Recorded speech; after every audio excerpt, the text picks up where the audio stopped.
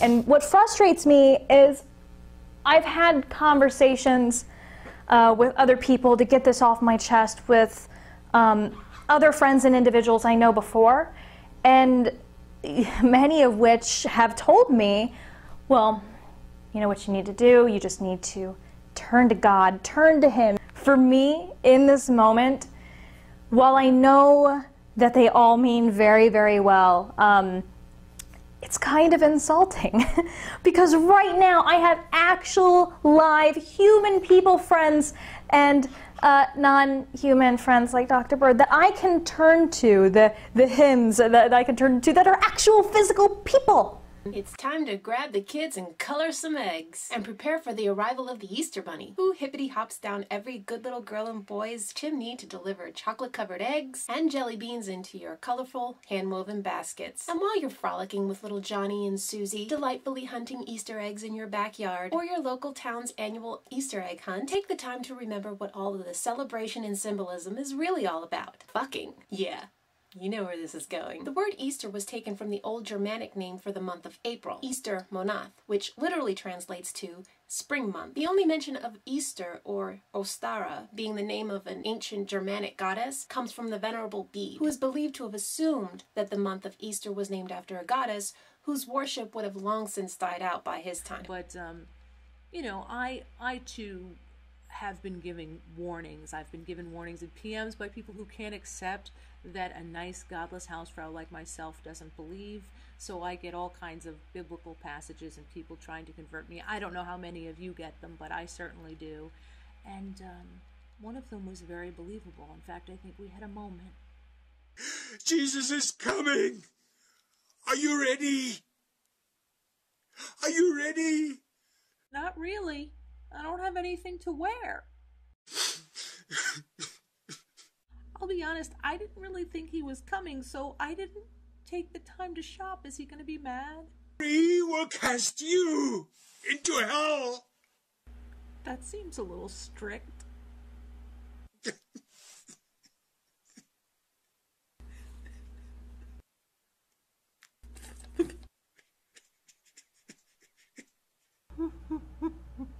Now, if I were to write a book and I made a character that were all these things, I would write in such a way to show a character being all these things.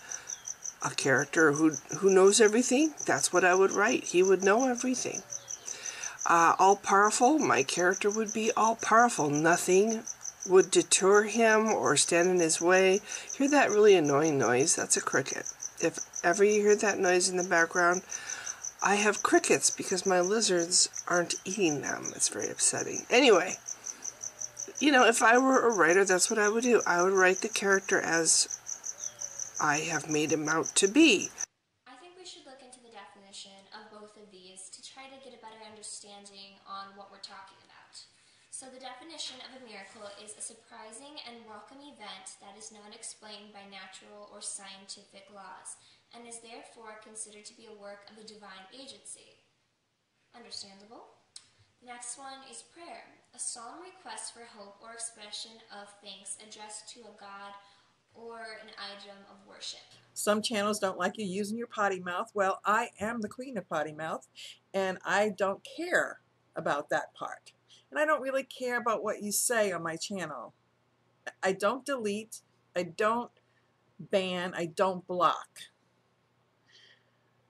But just because your opinion is different than mine or anybody else that comes to my videos and comments doesn't make you superior to the rest of us. One of the things I really hate opening up a video to read is a comment that's posed basically one of two ways. The first one is, I am so sorry that somebody was really rude to you in the church, but that's not a reason to throw away your faith. And then the other one is, well, of course you left Christianity. You were Pentecostal. Pentecostal people are so crazy. What you had was churchianity, you see, and you really needed a relationship with Jesus, and that's okay. You can come back and Jesus will still accept you. And faith doesn't allow us to arrive at conclusions that are accurate, because we have so many different religions out there that all have differing views of reality. There's no agreement between the religions, so obviously they're mutually exclusive. They're not true. So obviously the application of faith doesn't allow us to arrive at truth, at an accurate understanding of reality. I find it odd that your two oppositions against evolution are the exact opposite of each other and thus mutually exclusive. I would argue that considering a human superior to an animal makes it much easier for the human to abuse the animal. Also, there is no such thing as a superior species within evolution. The idea of a pinnacle of creation comes from the Bible, so the Christian dogma is actually much more likely, due to my opinion, to cause animal abuse. The argument, in a very simplistic sense, goes on to state that ending the life of a fetus is essentially doing the same thing, therefore it is just as wrong to kill a fetus as it is to kill an adult human. And again, this is an oversimplification, but this is a completely secular argument. It has nothing to do with pseudoscience, it has nothing to do with God, religion, souls, any of that stuff. Disclaimer, I don't agree with it. I think there are lots of problems with it. But if you're going to deny that there is a secular argument against abortion flat out, then you're simply wrong. Even if you think that women's rights are the only thing that matters, you can't deny that those arguments exist.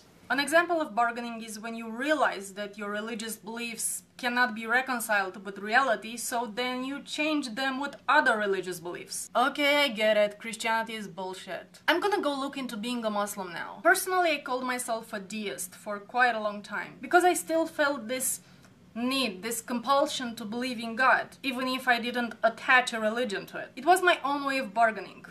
I'd really like to do videos that are more actually introspective. I love it when people try and explain their thought processes to other people. I wish more people would do videos like that because I think they're fantastically interesting.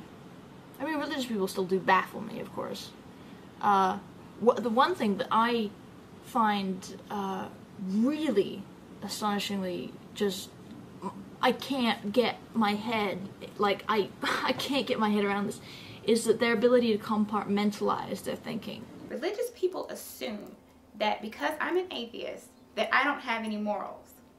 Now, I find it laughably ironic that I'm expected to take my moral code from an ancient book that's filled with murder, incest, genocide, sexism, slavery, greed, deceit, and if I reject that, somehow I'm the one who's lacking morals. I don't need a book to tell me the difference between right and wrong. Morality does not originate with God.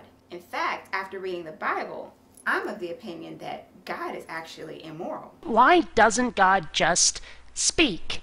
Why doesn't God just show up and say, hey, knock that off? It's something I've always wondered, but apparently that's just not how the fucker functions, which doesn't make a lot of sense to me, but there you go. So let's assume for a moment that it is true, though, that this is how God wants to tell us that we've done wrong. So how do you tell what the message is? For example, well, for starters, how do you tell the difference between an earthquake or a tornado or something that happened all on its own instead of one that God sent? I mean, I'm very curious about that, you know? I mean, you see a twister, and you go, aha, that one's God's will. But then you see an earthquake, and you go, no, that just happened. Seismic activity. Don't worry about it. Right? How do you tell the difference? That's one I want to know. I'm not above digging up history, and it's a good example of the trouble you can get yourself into for unquestionably believing something. Now, I've said it before, and despite deaf ears, I'll say it again. I don't mind if you're of faith. Religious, spiritual, if you believe in God, gods, karma, the force, so long as it comes from a place of positivity that you exercise not only with yourself, but with other people. If your belief hurts no one, takes from the rights of no one, if it completes you spiritually or as a human or a toaster strudel, then you're doing it right. But on the furthest and opposite side of your spectrum, you'll find some prefer to use their faith as a symbol of status. A VIP ticket straight into Club Shea Holy Ghost. And this is a point I make constantly on YouTube, to the point that it's becoming very tiresome. All the science we've learned in the last 200 to 300 years is not synonymous with atheism. The question of whether there is a God or many gods or no gods is wholly irrelevant to science. And it is unfortunate for people like you that science gores the ox of these myths. I posted extensive comments on God Rules video. And for the most part, it's probably stuff you've heard me say many times with regard to Noah's flood and geology. I don't feel I need to regurgitate it here. And the fact that someone felt offended by just the title atheist just blows my mind. And this isn't even the first time that it's happened. The president of the American Atheists, David Silverman, actually dealt with this back in August when he got a new car and wanted to get the custom license plate that said atheist on it. He got a rejection letter telling him that his request had been denied. When he sought to clarify the notice's claim that the license plate request was objectionable, an employee told him that a plate reading atheist would be considered offensive. Now, he fought this, and obviously they had to give in, but could you imagine if they had the same kind of reaction if it said, like, Jewish or Baptist or Xgen on it? I mean, could you imagine going somewhere and then being like, I find it offensive that you want Islam or Muslim as your license plate? That shit would never happen. And I'm thinking to myself, well, geez Louise, one of the biggest human sacrifice told about in the Bible was Jesus Christ. But if you even go like beyond the Jesus Christ story, there are other indications of human sacrifice in the Bible. For example, when you think about Abraham and Isaac, it wasn't like Isaac said, what the fool? What do you mean human sacrifice? What's that? It implied that human sacrifice was something that occurred, and that, you know, and the whole test was, you gonna do this? Sure, great. And then he was like, just kidding, Abraham, I'm not gonna make you sacrifice your kid. What? You think I'm crazy? But no, the Jephthah's daughter is also a good example of the of God's penchant for sacrifice, and not only with animals, but with humans.